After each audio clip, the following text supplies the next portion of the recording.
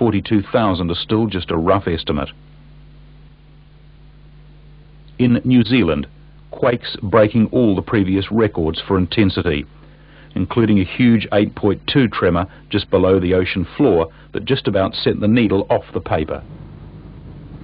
Earthquakes, as prophesied, lots of them in all sorts of places, including places where they were never expected. Newcastle, Australia, a day or two before the end of 1989.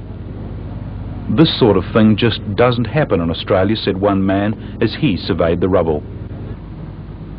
Many would have agreed with him. It was the first quake in Australian history to claim any lives. A different sort of place to have an earthquake. So different, the city had nothing like a real earthquake code for buildings, because such things never happened here, they said. Other signs the Bible says will point to the last days include famine. To be sure, something is happening to the world's weather.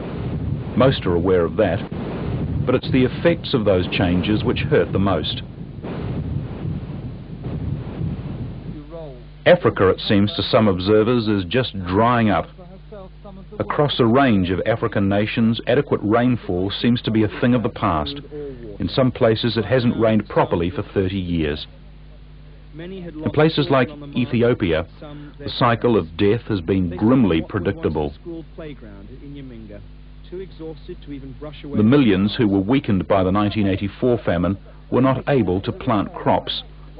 Crops that were planted failed in the arid soil affected by years of drought. When reporters revisited the regions whose plight touched the world so much in 1984 and 85, they found little had changed. Forced by hunger of failed crops and continuing civil war, these people have walked for several days to reach Coram. Now, exhausted, weak and malnourished, they wait patiently their turn to collect rations for the other members of their families, many of whom were too sick to make the long journey. Hunger and famine have a grip on this world that almost defies imagination. 1 out of every 5 people on the planet experiences hunger every day.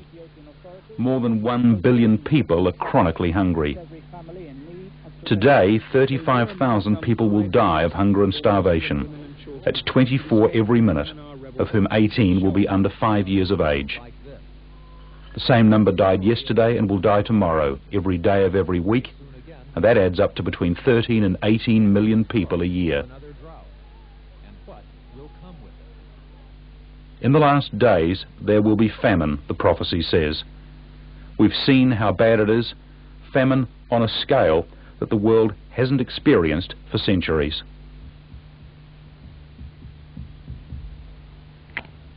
So what about the future? What are the prospects of an improvement now that we're in the 1990s?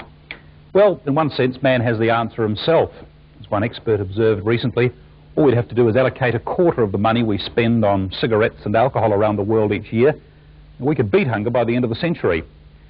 But even if we could summon up the will to do that, it might not be that simple, because strange things are happening to our Earth. From 1950 to 1984, a line on a graph illustrating the increase in basic grain production goes like this.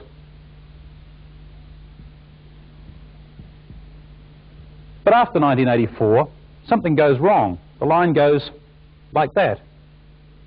Every year since then, there's been a decline in the world's basic food sources, despite all our technology. Last year, in even the developed nations, we were 18 million tonnes short of the basic grain needed to feed people. Prices of grain and rice have rocketed by up to 50% on what they were at their all-time lows a couple of years back. And as one report has observed, the years of the Earth's bountiful harvest seem to be over. The reasons for the decline are simple. Fertilizers are proving less effective on tired soils. Irrigation water is becoming tainted with salt and other pollutants, and cropland is disappearing.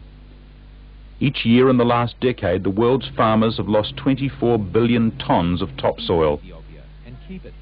In just 10 years, topsoil equivalent to half the cropland in all of America has been washed into the sea.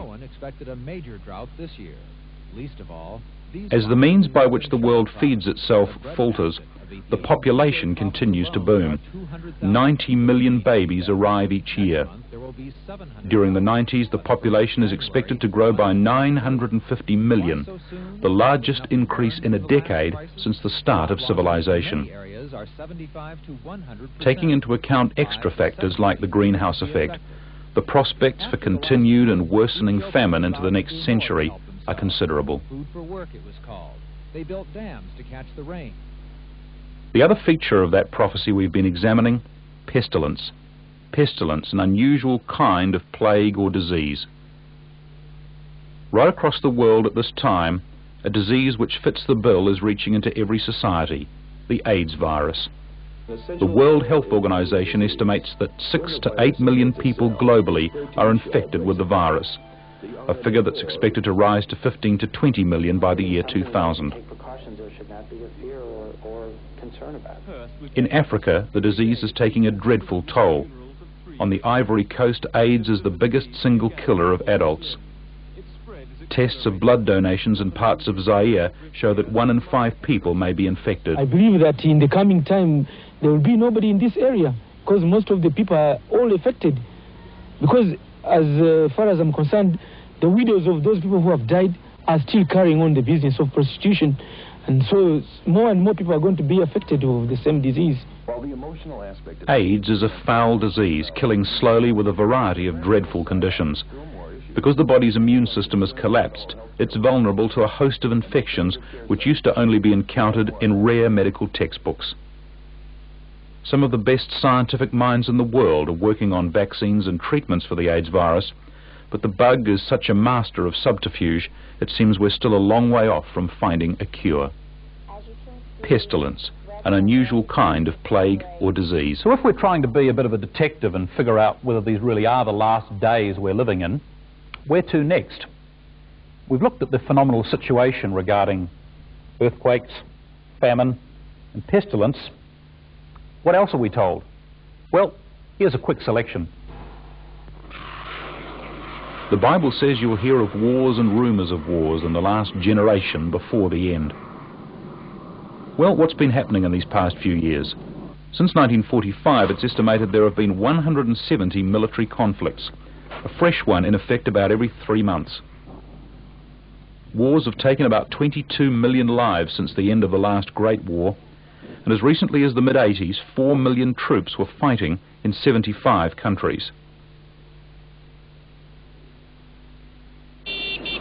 So what about the kind of battle that will be waged in what the Bible describes as the end of the age? Well, one prophet speaks of clouds of smoke shaped like palm trees, while another writes a horrifying description of the effects of the final battle on the participants. Zechariah writes of something which will cause their flesh to dissolve while they stand on their feet, eyes to dissolve in their sockets, and tongues to dissolve in their mouths. Have we got weapons in our day which can achieve such things? You better believe it. But indeed these are puzzling times. Who would have thought we'd see the Americans and the Russians moving with such speed to dismantle their medium-range nuclear weapons in Europe? A huge fireball erupted across the range as the missiles, their nuclear warheads removed, were destroyed. 10 seconds later came the sound of a massive explosion. Who'd have thought George Bush and Mikhail Gorbachev would have been able to move with such speed towards disarming some of their awful nuclear arsenals? The changes in Eastern Europe have caused a major re-evaluation of the types and quantities and location of armaments by NATO and the Warsaw Pact countries. So where's it all leading? Should the world feel safer? Let's consider a couple of other elements of Bible prophecy. Prophecies in the book of Revelation seem to indicate definite political developments in the years before the return of Jesus Christ to the earth. Many believe the strongly worded predictions of the book of Revelation point to a Europe that will be united as never before, to a coming together of nations who will bury past differences and become one in economic, military and political cooperation. Such unity is right on our doorstep.